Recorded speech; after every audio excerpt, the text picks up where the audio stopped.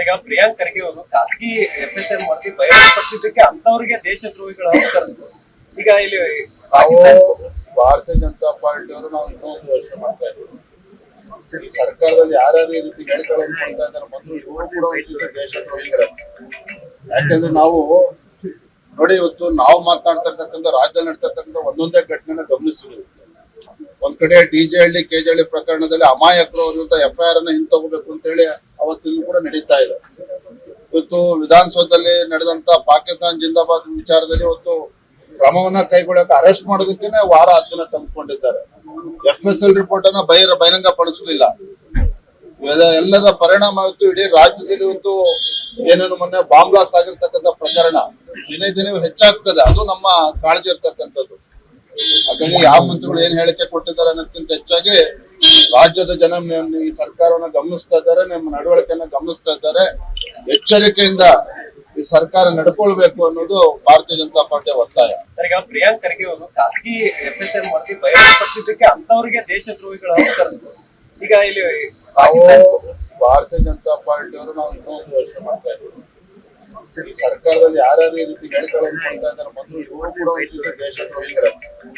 ಯಾಕೆಂದ್ರೆ ನಾವು ನೋಡಿ, ಇವತ್ತು ನಾವು ಮಾತನಾಡ್ತಾ ಇರ್ತಕ್ಕಂಥ ರಾಜ್ಯದಲ್ಲಿ ನಡ್ತಿರ್ತಕ್ಕಂಥ ಒಂದೊಂದೇ ಘಟನೆನ ಗಮನಿಸಿದ್ವಿ.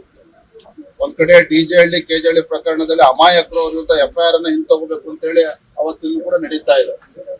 ಇವತ್ತು ವಿಧಾನಸೌಧದಲ್ಲಿ ನಡೆದಂತ ಪಾಕಿಸ್ತಾನ್ ಜಿಂದಾಬಾದ್ ವಿಚಾರದಲ್ಲಿ ಇವತ್ತು ಕ್ರಮವನ್ನ ಕೈಗೊಳ್ಳಕ್ಕೆ ಅರೆಸ್ಟ್ ಮಾಡೋದಕ್ಕೇನೆ ವಾರ 10 ದಿನ ತಂದುಕೊಂಡಿದ್ದಾರೆ.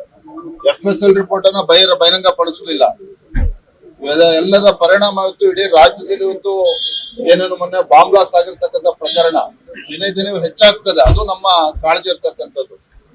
ಹಾಗಾಗಿ ಯಾವ ಮಂತ್ರಿಗಳು ಏನ್ ಹೇಳಿಕೆ ಕೊಟ್ಟಿದ್ದಾರೆ ಅನ್ನೋದಕ್ಕಿಂತ ಹೆಚ್ಚಾಗಿ ರಾಜ್ಯದ ಜನ ಈ ಸರ್ಕಾರವನ್ನ ಗಮನಿಸ್ತಾ ಇದ್ದಾರೆ, ನಿಮ್ಮ ನಡವಳಿಕೆಯನ್ನ ಗಮನಿಸ್ತಾ ಇದ್ದಾರೆ. ಎಚ್ಚರಿಕೆಯಿಂದ ಈ ಸರ್ಕಾರ ನಡ್ಕೊಳ್ಬೇಕು ಅನ್ನೋದು ಭಾರತೀಯ ಜನತಾ ಪಾರ್ಟಿಯ ಒತ್ತಾಯ. ಸರ್, ಈಗ ಪ್ರಿಯಾಂಕ್ ಖರ್ಗೆ ಅವರು ಖಾಸಗಿ FSM ವರದಿ ಬಹಿರಂಗಪಡಿಸಿದ್ದಕ್ಕೆ ಅಂತವರಿಗೆ ದೇಶದ್ರೋಹಿಗಳು ಕರೆದ್ರು. ಈಗ ಇಲ್ಲಿ ಭಾರತೀಯ ಜನತಾ ಪಾರ್ಟಿಯವರು ನಾವು ಇನ್ನೊಂದು ಯೋಚನೆ ಮಾಡ್ತಾ ಇದ್ದೀವಿ. ಈ ಸರ್ಕಾರದಲ್ಲಿ ಯಾರ್ಯಾರು ಈ ರೀತಿ ಹೇಳಿಕೆಗಳನ್ನು ಕೊಡ್ತಾ ಇದ್ದಾರೆ ಮೊದಲು ಇವರು ಕೂಡ ಒಂದು ದೇಶದ್ರೋಹಿಗಳೇ. ಯಾಕೆಂದ್ರೆ ನಾವು ನೋಡಿ, ಇವತ್ತು ನಾವು ಮಾತನಾಡ್ತಾ ಇರ್ತಕ್ಕಂಥ ರಾಜ್ಯದಲ್ಲಿ ನಡ್ತಿರ್ತಕ್ಕಂಥ ಒಂದೊಂದೇ ಘಟನೆನ ಗಮನಿಸಿದ್ವಿ. ಒಂದ್ ಕಡೆ DJಹಳ್ಳಿ KJಹಳ್ಳಿ ಪ್ರಕರಣದಲ್ಲಿ ಅಮಾಯಕರು ವಿರುದ್ಧ FIR ಅನ್ನ ಹಿಂತಗೋಬೇಕು ಅಂತ ಹೇಳಿ ಅವತ್ತಿನ ಕೂಡ ನಡೀತಾ ಇದೆ.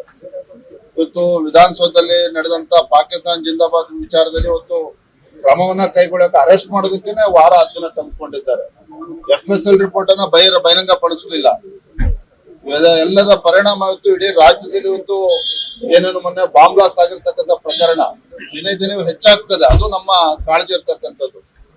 ಹಾಗಾಗಿ ಯಾವ ಮಂತ್ರಿಗಳು ಏನ್ ಹೇಳಿಕೆ ಕೊಟ್ಟಿದ್ದಾರೆ ಅನ್ನೋದಕ್ಕಿಂತ ಹೆಚ್ಚಾಗಿ ರಾಜ್ಯದ ಜನ ಈ ಸರ್ಕಾರವನ್ನ ಗಮನಿಸ್ತಾ ಇದ್ದಾರೆ, ನಿಮ್ಮ ನಡವಳಿಕೆಯನ್ನ ಗಮನಿಸ್ತಾ ಇದ್ದಾರೆ. ಎಚ್ಚರಿಕೆಯಿಂದ ಈ ಸರ್ಕಾರ ನಡ್ಕೊಳ್ಬೇಕು ಅನ್ನೋದು ಭಾರತೀಯ ಜನತಾ ಪಾರ್ಟಿಯ ಒತ್ತಾಯ. ಅನುಕ್ಷಣದ ಸುದ್ದಿಗಳಿಗಾಗಿ ವಿಸ್ತಾರ ನ್ಯೂಸ್ ಯೂಟ್ಯೂಬ್ ಚಾನೆಲ್ ಸಬ್ಸ್ಕ್ರೈಬ್ ಮಾಡಿ. ಹೊಸ ಸುದ್ದಿಗಳ ನೋಟಿಫಿಕೇಶನ್ಗಾಗಿ ಬೆಲ್ ಐಕಾನ್ ಕ್ಲಿಕ್ ಮಾಡಿ. ಲೇಟೆಸ್ಟ್ ಅಪ್ಡೇಟ್ಸ್ಗಾಗಿ www.vistaranews.com ವೆಬ್ಸೈಟ್ಗೆ ವಿಸಿಟ್ ಮಾಡಿ. ಅಂಗೈಯಲ್ಲೇ ಜಗತ್ತಿನ ಸುದ್ದಿ ತಿಳಿಯಲು ವಿಸ್ತಾರ ನ್ಯೂಸ್ ಕನ್ನಡ ಆಪ್ ಡೌನ್ಲೋಡ್ ಮಾಡಿ.